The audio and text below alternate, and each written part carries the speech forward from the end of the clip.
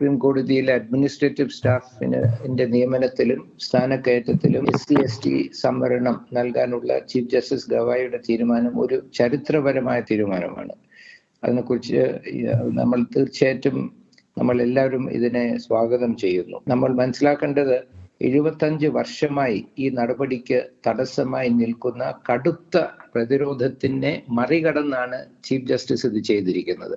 ഇതിന്റെ എതിരെയും വലിയ പ്രതിരോധം പലയിടത്തിൽ നിന്നും ഉണ്ടാകും. അപ്പോ ഇത് ചെയ്തു എന്നുള്ളത് വലിയൊരു അംഗീകാരമാണ്. ഇതിനപ്പുറം പോയി എന്ത് ചെയ്യാനൊക്കും എന്നുള്ള ഒരു അന്തരീക്ഷം വാസ്തവത്തിൽ നമ്മളൊക്കെ ഉണ്ടാക്കേണ്ടതാണ്. ദളിത് ബഹുജൻ പ്രത്യേകിച്ച് ദളിത് പോരാട്ടങ്ങളാണ് ഈ ഒരു ചുവട് മുന്നോട്ട് വെക്കാൻ സാധ്യമാക്കിയത്. അപ്പൊ ഇനി നമുക്ക് പോരാടേണ്ടി ഇരിക്കുന്നു. ഇന്ത്യയിലെ ആദ്യത്തെ ബുദ്ധമത ചീഫ് ജസ്റ്റിസ്, ഒരു ദളിത് സമുദായത്തിൽ നിന്ന് വരുന്ന ചീഫ് ജസ്റ്റിസ്, അദ്ദേഹത്തിന്റെ അനുഭവത്തിൽ നിന്നും ഈ പ്രാതിനിധ്യത്തിന്റെ അഭാവത്തെ അദ്ദേഹം വളരെ വ്യക്തമായി കാണുന്നു. അദ്ദേഹത്തിന് 6 മാസം ഉള്ളൂ ടോട്ടൽ കാലാവധി അദ്ദേഹത്തിന്റെ ചീഫ് ജസ്റ്റിസ് സ്ഥാനത്തിന്റെ. അപ്പൊ അതിന്റെ ഉള്ളിൽ ഇതിന് വലിയ പ്രാധാന്യം അദ്ദേഹം കൊടുക്കുന്നു, അത് കാണുന്നു, അതിന്റെ ഒരു പ്രതിവിധി അദ്ദേഹം മുന്നോട്ട് വെക്കുന്നു.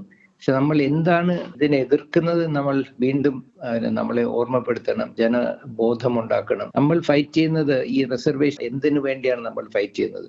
വാസ്തവത്തിൽ പറഞ്ഞാൽ ബാബാ സാഹേബ് അംബേദ്കർ 1930 പ്രവചിച്ചതുപോലെ ഈ രാജ്യത്ത് നാഷണൽ ലെവൽ 4 സമുദായങ്ങളുടെയും കേരളത്തിൽ 3 സമുദായങ്ങളുടെയും ഒരു ഓളിഗാർക്കി ആണ് നമ്മൾ ഭരിക്കുന്നത്. ഇതാണ് ബാബാ സാഹേബ് പറഞ്ഞത്. ബ്രിട്ടീഷുകാർ പോയി കഴിഞ്ഞാൽ ഇന്ത്യ ഭരിക്കാൻ പോകുന്നത് ഒരു ഓളിഗാർക്കി ആയിരിക്കും എന്നാണ്. എന്താണ് ഓളിഗാർക്കി? മോണോ ആർക്കി എന്ന് വെച്ചാൽ ഒരാളുടെ ഭരണം. ഓളിഗോസ് എന്ന് വെച്ചാൽ ചുരുക്കം, ഒരു സംഖ്യയിൽ വളരെ ചുരുക്കം നമ്പർ എന്നാണ് ഓളിഗോസിന്റെ അർത്ഥം. അപ്പൊ ഓളിഗാർക്കി എന്ന് വെച്ചാൽ ചുരുക്കം ആൾക്കാരുടെ ഭരണം. അപ്പൊ ഇതാണ് ഇവിടെ ഉണ്ടാകാൻ പോകുന്നത് എന്ന് ബാബാ സാഹേബ് പ്രവചിച്ചു. അത് തന്നെയാണ് ഇപ്പൊ നടക്കുന്നത്. ഇന്ത്യയിൽ ഞാൻ പറഞ്ഞതുപോലെ 4 സമുദായങ്ങളും കേരളത്തിൽ 3 സമുദായങ്ങളുടെയും ഈ ഒരു ഓളിഗാർക്കിയുടെ കുത്തകയാണ്. കുത്തക എന്ന് വെച്ചാൽ ഒരു കൺട്രോളാണ്. അത് കൺട്രോൾ ചെയ്യുന്നതാണ് ഓളിഗാർക്കി. ആ കുത്തക എങ്ങനെയാണ് ഉണ്ടാകുന്നത്? അവരെ അനുകൂലിക്കുന്ന വലിയ തോതിലുള്ള പക്ഷപാതം നടക്കുന്നു, ഡിസ്ക്രിമിനേഷൻ നടക്കുന്നു. ഏത് തലത്തിൽ പോയാലും അവരെ ഫേവർ ചെയ്യുന്ന, അവരെ അനുകൂലിക്കുന്ന വലിയ തരത്തിലുള്ള പക്ഷപാതം നടത്തുന്നു. അതെങ്ങനെ നടക്കുന്നു? അത് ഈ പരീക്ഷ എങ്ങനെ ഉണ്ടാക്കുന്നു, പരീക്ഷയ്ക്ക് ക്വസ്റ്റ്യൻ ആര് സെറ്റ് ചെയ്യുന്നു, ആരതിനെ എക്സാമിൻ ചെയ്യുന്നു, എന്ത് കഴിവുകളെയും എന്ത് ഗുണങ്ങളെയും അവർ മുൻതൂക്കം കൊടുക്കുന്നു. ഇതിലെല്ലാം പക്ഷപാതമാണ്. അവരുടെ ബാക്ക്ഗ്രൗണ്ടിലും അവരുടെ മൂല്യങ്ങൾക്കും മുൻതൂക്കം കൊടുത്ത് അവരുടെ ആൾക്കാരെ മാത്രം ടോപ്പ് പൊസിഷൻസിൽ നിലനിർത്തി പണവും അധികാരവും അവരുടെ കയ്യിൽ 75 വർഷമായിട്ട് അവർ പിടിച്ച് അയൺ ഗ്രിപ്പിൽ വെച്ചിരിക്കുകയാണ്. ആ പക്ഷപാതത്തിന്റെ എതിരെയാണ് നമ്മൾ ഫൈറ്റ് ചെയ്യുന്നത്. എല്ലാവർക്കും തുല്യ മനുഷ്യത്വവും തുല്യ പൗരത്വവും തുല്യ അവസരവും തുല്യ പ്രാതിനിധ്യം വേണം നമ്മൾ പറയാണ്. ഇവിടെ മലയാളി മെമ്മോറിയൽ ഉണ്ടായപ്പോൾ വിദേശ ബ്രാഹ്മണർക്കെതിരെ പക്ഷപാതമുണ്ട് എന്ന് പറഞ്ഞ് സമരം ചെയ്തു. അത് കാരണം അതിന്റെ കുത്തക, ഫോറിൻ ബ്രാഹ്മിൻസ്, വിദേശ ബ്രാഹ്മിൻസിന്റെ, തമിഴ് ബ്രാഹ്മിൻസിന്റെ കുത്തക കുറഞ്ഞു. പക്ഷെ അതിനു പകരം മറ്റൊരു നായർ, നസ്രാണി, നമ്പൂതിരി കുത്തക ഉയർന്നു വന്നു. എന്തുകൊണ്ടാണ്? ആ സമയത്ത് സംവരണം ഏർപ്പെടുത്തിയില്ല.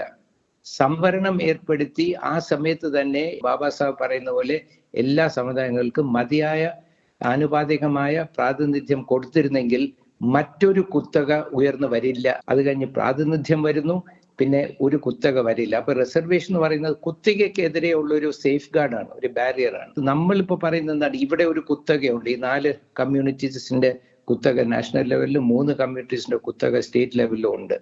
അതിനെ അവസാനിപ്പിക്കണം. പക്ഷെ അവസാനിപ്പിച്ചാൽ മറ്റൊരു കുത്തക ഉണ്ടാകരുത്. ഇപ്പൊ കേരളത്തിൽ മറ്റ് 2-3 കമ്മ്യൂണിറ്റീസിന്റെ കുത്തക ഉണ്ടാകരുത്. കുത്തക ഉണ്ടെങ്കിൽ രാജ്യം മുന്നോട്ട് പോകില്ല. ഭരണവും അധികാരവും സമ്പത്തും 2-3 കമ്മ്യൂണിറ്റീസിന് ഒരു കുത്തകയുടെ കയ്യിലാണെങ്കിൽ ആ രാജ്യം ഒരിക്കലും മുന്നോട്ട് പോകില്ല. അവരുടെ ഇൻട്രസ്റ്റിന് വേണ്ടി മാത്രമേ ഭരണം നടക്കുകയുള്ളൂ. അപ്പൊ നമ്മൾ ഫൈറ്റ് ചെയ്യുന്നത് കുത്തകയ്ക്കെതിരാണ്. ആ കുത്തക വരാതിരിക്കാനാണ് എല്ലാ സമുദായങ്ങൾക്കും, ബാബാ സാഹേബ് പറഞ്ഞത് കമ്മ്യൂണിറ്റീസ് ആണ്, വർഗങ്ങൾ എന്നല്ല, ഓൾ കമ്മ്യൂണിറ്റീസ് ആണ് 1930 പറഞ്ഞത്. ആനുപാതികമായ മതിയായ പ്രാതിനിധ്യം എല്ലാ കമ്മ്യൂണിറ്റീസിനും അവരുടെ ഷെയർ, ചെറിയ കമ്മ്യൂണിറ്റീസിന് മതിയായ കൊടുക്കണം, വലിയ കമ്മ്യൂണിറ്റീസിന് ആനുപാതികം മുഴുവൻ കിട്ടിയില്ലെങ്കിലും ആനുപാതികമായി കൊടുക്കണം. ഇത് 2 ബാലൻസ് ചെയ്ത് എല്ലാ കമ്മ്യൂണിറ്റീസിനും ഈ സ്റ്റേറ്റിന്റെ ജുഡീഷ്യറി, ലെജിസ്ലേച്ചർ, എക്സിക്യൂട്ടീവില് പ്രാതിനിധ്യം കിട്ടുകയാണെങ്കിൽ പിന്നെ ഒരിക്കലും നമ്മുടെ സ്റ്റേറ്റ്, നമ്മുടെ സർക്കാർ, നമ്മുടെ രാജ്യം, രാഷ്ട്രം ഒരു ഓളിഗാർക്കിയുടെ കുത്തക കൺട്രോളിൽ ഒരിക്കലും ആകില്ല. അതുകൊണ്ട് സംവരണം രണ്ട് കാര്യങ്ങളാണ് നമ്മൾ സംവരണം വെച്ച് അറ്റാക്ക് ചെയ്യുന്നത്. ഒന്ന്, ഈ പക്ഷപാതം, ഈ ഓളിഗാർക്കിക്ക് അനുകൂലമായ വലിയ തോതിലുള്ള പക്ഷപാതം. അത് കാരണമാണ് അവർക്ക് ഈ കുത്തക ഉണ്ടാകുന്നത്, അതിലൂടെയാണ് അവർ കുത്തക ഉണ്ടാകുന്നത്. ആ പക്ഷപാതം അവസാനിപ്പിക്കണം. നമുക്ക് വേണ്ടി മാത്രമല്ല ഫൈറ്റ് ചെയ്യുന്നത്, നമ്മൾ ഈ ഫേവറിറ്റിസത്തിന് എതിരെയാണ്. നമ്മൾ ഫേവറിറ്റിസം ചോദിക്കുന്നില്ല. നമ്മൾ പറയുന്നു എല്ലാവർക്കും നീതിപൂർണം, ന്യായമായി, ആനുപാതികമായ മതിയായ പ്രാതിനിധ്യം കൊടുക്കണം. ഈ കുത്തക കമ്മ്യൂണിറ്റീസ് ഉൾപ്പെടെ എല്ലാവർക്കും കൊടുക്കണം. ആരെയും അനുകൂലിക്കുന്ന ഒരു പക്ഷപാതം ഉണ്ടാകരുത്. അതാണ് നമ്മൾ ഡിമാൻഡ് ചെയ്യുന്നത്. അപ്പൊ അത് തീർച്ചയായിട്ടും സുപ്രീം കോർട്ടിൽ വലിയ തോതിൽ പക്ഷപാതമുണ്ട്. അതുകൊണ്ടാണ് 2-3 കമ്മ്യൂണിറ്റീസ് സുപ്രീം കോർട്ടിനെ ഡോമിനേറ്റ് ചെയ്യുന്ന. ഒരു കമ്മ്യൂണിറ്റി, ഏകദേശം 40% ജഡ്ജിമാർ ഒരു കമ്മ്യൂണിറ്റിയിൽ നിന്നാണ്. ആ പക്ഷപാതം കോൺഷ്യസ് ആണ്, മനഃപൂർവ്വമാണെന്ന് നമുക്ക് പറയാൻ ഒക്കില്ല. ആ പക്ഷപാതത്തിനെ ഇവര് ഇന്റേണലൈസ് ചെയ്ത് കഴിഞ്ഞിരിക്കുകയാണ്, ഉൾക്കൊണ്ട് കഴിഞ്ഞ. അവർക്ക് മെറിറ്റ് എന്താണ്, ഗുണം എന്താണെന്ന് നോക്കിയാൽ അവരെ ഒരു മിറർ മാത്രമാണ് അവർ കാണുന്നത്. ആ മിററിൽ അവരെ മാത്രമാണ് കാണുന്നത്. അവരെ പോലത്തെ ആൾക്കാർക്ക് മാത്രമേ മെറിറ്റ് ഉള്ളൂ. അതിലൂടെയാണ് പക്ഷപാതം ഉണ്ടാകുന്നത്. അപ്പോൾ ഈ പക്ഷപാതം എല്ലാ തലത്തിലും അവസാനിപ്പിക്കണം. അതിനാണ് നമ്മൾ പോരാടുന്നത്. അപ്പൊ ഇതിന്റെ അടുത്ത സ്റ്റെപ്പ്, അത് ഈ ചീഫ് ജസ്റ്റിസ് പുതിയൊരു പാതയിലേക്ക് നമ്മൾ കൊണ്ടുവരികയാണ്. ഈ സുപ്രീം കോടതിയുടെ ഉള്ളിൽ ഈ ഒരു ബാബാ സാഹേബ് അംബേദ്കറിന്റെ സങ്കല്പത്തിനെ അദ്ദേഹം സ്ഥാപിച്ചിരിക്കുകയാണ്. ഇതിന്റെ എതിരെ വലിയ റിയാക്ഷൻ ഉണ്ടാവും. നമ്മൾ ഇത് വളരെ സ്ട്രോങ് ആയിട്ട് ഇതിനെ സപ്പോർട്ട് ചെയ്ത് പബ്ലിക് ഒപ്പീനിയൻ ഉണ്ടാക്കണം. പക്ഷെ അടുത്ത സ്റ്റെപ്പ് വേണ്ടത് ഈ ഞാനിപ്പോ OBC എന്നല്ല, DBC എന്നാണ്, ദളിത് ബഹുജൻ കമ്മ്യൂണിറ്റീസ് എന്ന് വെച്ചാൽ എല്ലാ ദളിത് ബഹുജൻ കമ്മ്യൂണിറ്റീസും OBCയോ SCയോ STയോ ആണ്. പക്ഷെ OBCയിൽ സവർണ കമ്മ്യൂണിറ്റീസിന്റെയും വലിയ നുഴഞ്ഞേറ്റം വന്നിട്ടുണ്ട്. എല്ലാ OBCസും സവർണരല്ല, സവർണരും ഉണ്ട്.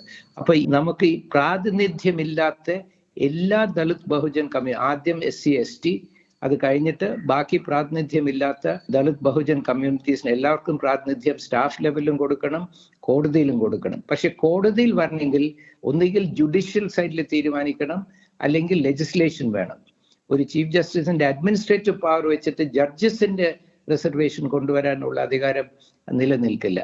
അതുകൊണ്ടാണ് അദ്ദേഹം ഈ അഡ്മിനിസ്ട്രേറ്റീവ് സ്റ്റാഫിന്റെ ഹെഡാണ് ചീഫ് ജസ്റ്റിസ്. അതിൽ അദ്ദേഹം ചെയ്തു. ഇതിന്റെ അടുത്ത സ്റ്റെപ്പ് പോകണമെങ്കിൽ ജുഡീഷ്യറിയിലും ലെജിസ്ലേച്ചറിലും വലിയൊരു പബ്ലിക് പ്രഷർ ഉണ്ടാകണം.